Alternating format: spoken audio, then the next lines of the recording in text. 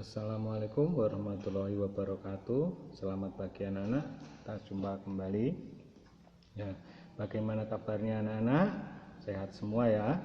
Nah, sekarang kita mulai belajar lagi setelah sekian lama kita libur puasa, libur hari raya. Nah, sudah cukup toh libure. Nah, selama itu kalian kan enggak buka buku paling ya. Sebelumnya Pak Eko ingin mengucapkan minal aizin wal faizin, mohon maaf lahir dan batin. Nah, sekarang kita lanjutkan ke pembelajaran selanjutnya anak-anak. Kamu siapkan buku cerdasnya. Tugas-tugas yang dulu harus kalian kerjakan ya. Mulai tema 7, 8, subtema 1, 2, 3. Nah, ini tinggal satu subtema lagi yaitu subtema 4. Jadi tugas-tugasnya tetap dikerjakan ya. Nah, sekarang mari kita buka LKS Cerdas halaman 358, subtema 4, judulnya Aku Suka Berkarya. Nah, kamu buka halaman 358,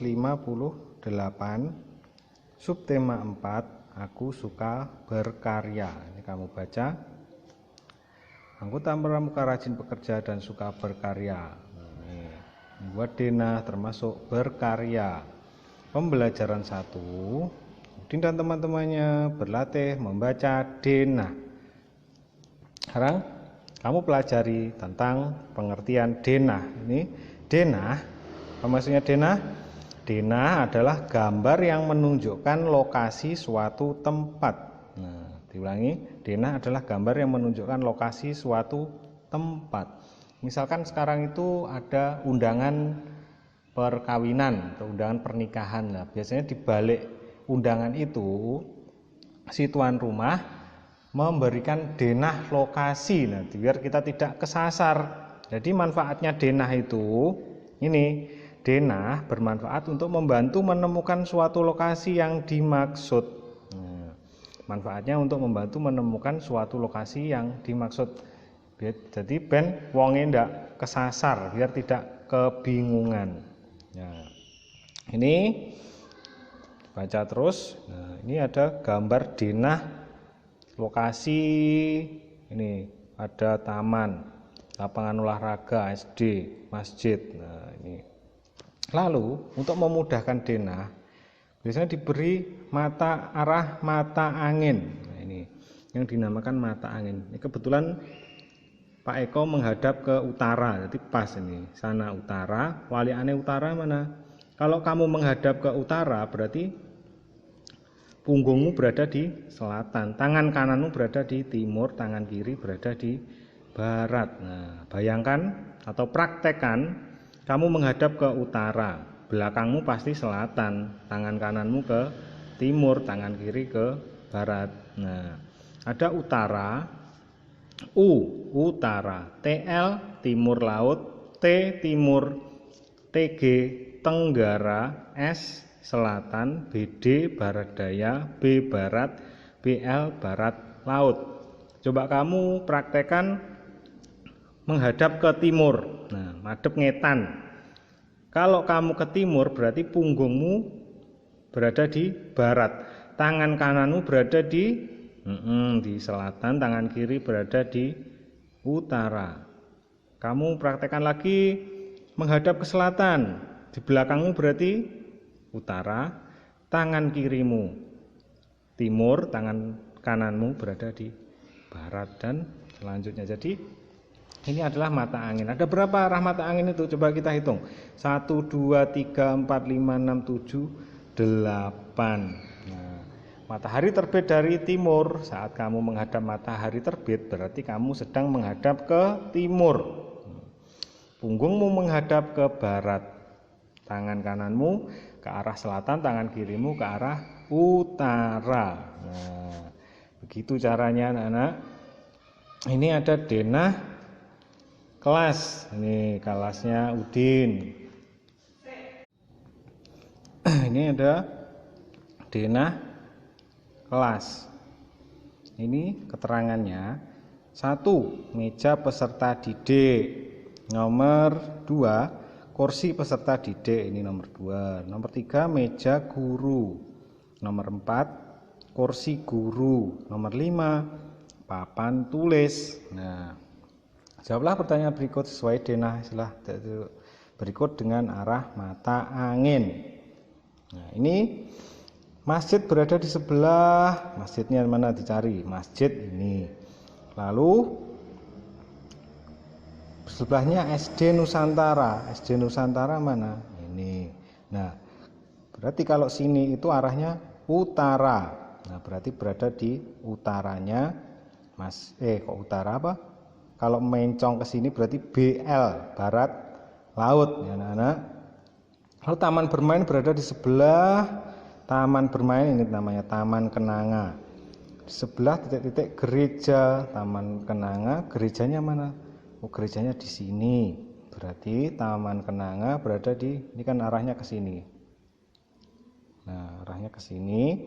Kalau mencolong ke sini berarti ini barat daya, dan selanjutnya kamu kerjakan sendiri.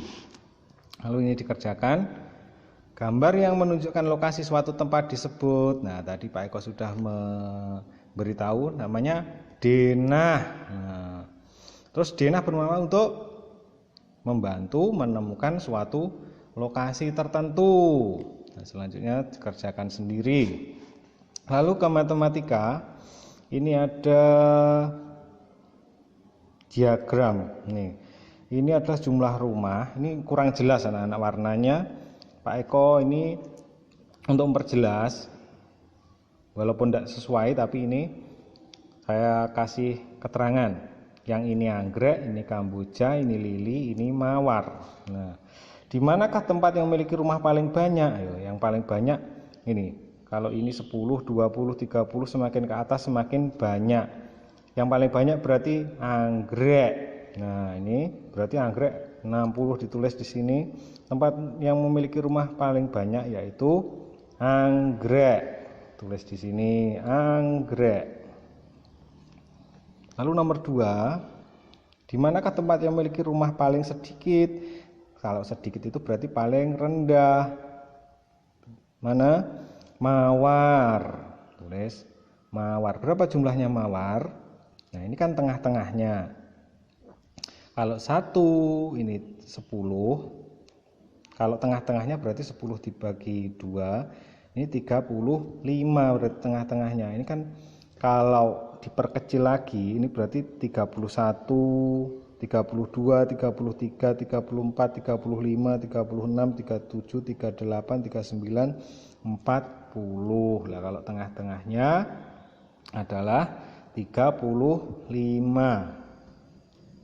Berapa banyak perbedaan rumah di Jalan Kamboja dan Mawar? Kita membandingkan 2 rumah. Kamboja ada 50. Nih, Mawar ada 35. Berarti caranya adalah 50 dikurangi 35. Hasilnya berapa? Nah, 15. Berarti banyak perbedaan di rumah adalah 15. Selanjutnya dikerjakan sendiri ini. Lalu membuat tabel diagram sebagai berikut. Ini ada nomor 1, 2 sampai 4, warnanya merah, kuning, hijau, biru. Banyaknya rumah 8, 6, 10, 4. Merah 8, kuning 6, hijau 10, biru 4. Jadi kamu disuruh membuat apa anak-anak? Diagram. Ini namanya diagram. Jadi seperti ini. Nah, caranya bagaimana? Kita cari angka yang paling tinggi dulu. Berapa yang paling tinggi di antara semua ini? Nah, 10. Nah, 10. Berarti kita buat 10 tingkat. Kalau sudah, lalu ini banyaknya rumah. Sekarang kita tinggal membuat garis. Warna merah 8. Ini 8. Ini pakai penggaris anak-anak sebenarnya ya. Pak Eko Tidak bisa pegang ini kalau pakai penggaris. 8. Berarti sampai di titik 8 ini. Ini 8. Nah, sejajar dengan 8. Ini diberi keterangan M, merah. Lalu kuning 6. Dicari angka 6. Nah, di sini berarti sejajarkan dengan 6. Di sini. Ini warnanya kuning. Lalu hijau ada 10. Oh, hijau tertinggi. Berarti disejajarkan dengan ini 10. Ini pakai penggaris kalau kamu buat ya.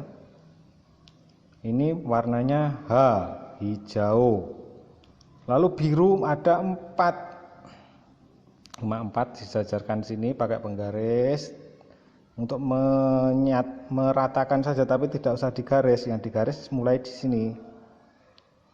Nah, ini biru. Nah, ketahuan sudah dari diagram ini, kita sudah tahu jumlah rumah yang mana yang paling banyak, rumah yang paling sedikit. Merah 8, kuning 6, hijau 10, biru 4. Berarti yang tertinggi adalah yang apa anak? Hijau. Ini hijau ada 10. Kamu kerjakan ini. Itu juga sama seperti yang tadi. Nah, tugasmu ini membuat rumah dari kertas karton. Nah, membuat rumah dari kertas karton seperti gambar di sini.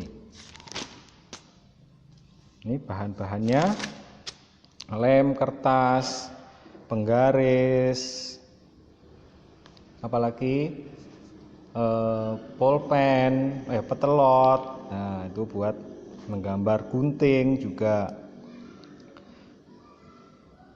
Ini kerjakan sekarang ke PB 2. Menjadi petugas terima tamu. Nah, ini dibaca, ini dikerjakan. Bukan bagian yang dijelaskan oleh Udin dan Lani. Di sini ada Udin dan teman-teman berbagi tugas. Bagian tugas berdasarkan denah sekolah yang sudah disiapkan. Udin dan Lani bertugas menjelaskan bagian utara sekolah. Berarti Udin dan Lani bertugas menjelaskan bagian utara sekolah. Lalu kita lanjut ke baliknya. Halaman 364. Pikiran pokok. Nah, ini ada keterangan dari bacaan tersebut. Ada pikiran pokok. Apa tuh pikiran pokok itu? Yang dibaca paragraf adalah susunan beberapa kalimat yang mengandung satu pikiran pokok. Ini contoh ada bacaan. Edo anak yang rajin. Semua tugas sekolah selalu dikerjakan tepat waktu. Edo juga selalu membantu orang lain. Edo selalu mengerjakan pekerjaan dengan baik. Pikiran pokok dari paragraf di atas adalah Edo anak yang rajin. Jadi pikiran pokok ada di depan. Ada di depan paragraf. Pikiran pokok biasanya ada di depan, di tengah, dan di belakang. Nah, ini kebetulan ada di depan. Cobalah menemukan pikiran pokok dari bacaan menjadi petugas penerima tamu. Pikiran pokok pada paragraf pertama. Nah, di sini ada berapa paragraf? Yang menjorok ini namanya paragraf. Mari kita hitung dulu. 1, 2, 3, 4. Ada 4 paragraf. Pikiran pokok yang pertama yaitu hari ini SD Nusantara kedatangan tamu. Tamu yang akan datang. Nah, berarti pikiran pokok ada di depan ini. Hari ini SD Nusantara kedatangan tamu. Tulis di sini. Hari ini SD Nusantara kedatangan tamu. Nah, selanjutnya kamu cari sendiri. Lalu ini pengertian pikiran pokok di sini juga ada. Pikiran pokok adalah ide utama dari sebuah paragraf. Semua ada di sini. Yang penting kamu membaca pasti tahu. Lalu kita lanjutkan ke halaman 365.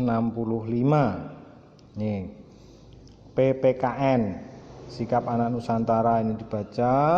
Ini juga dikerjakan bekerja sama termasuk pengalaman sila Pancasila ke berapa? 1, 2, 3. Persatuan Indonesia. Nah, berarti sila ke-3. Kalau bersatu, persatuan itu biasanya tentang kerjasama. Kalau kemanusiaan, tolong menolong itu biasanya sila ke-2. Kalau ketuhanan sila pertama.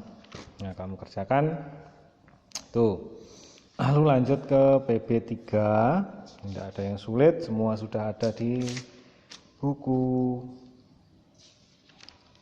Nah, PR-mu adalah mengerjakan PB1, PB2 dan PB3. Nah, selamat mengerjakan. Wassalamualaikum warahmatullahi wabarakatuh.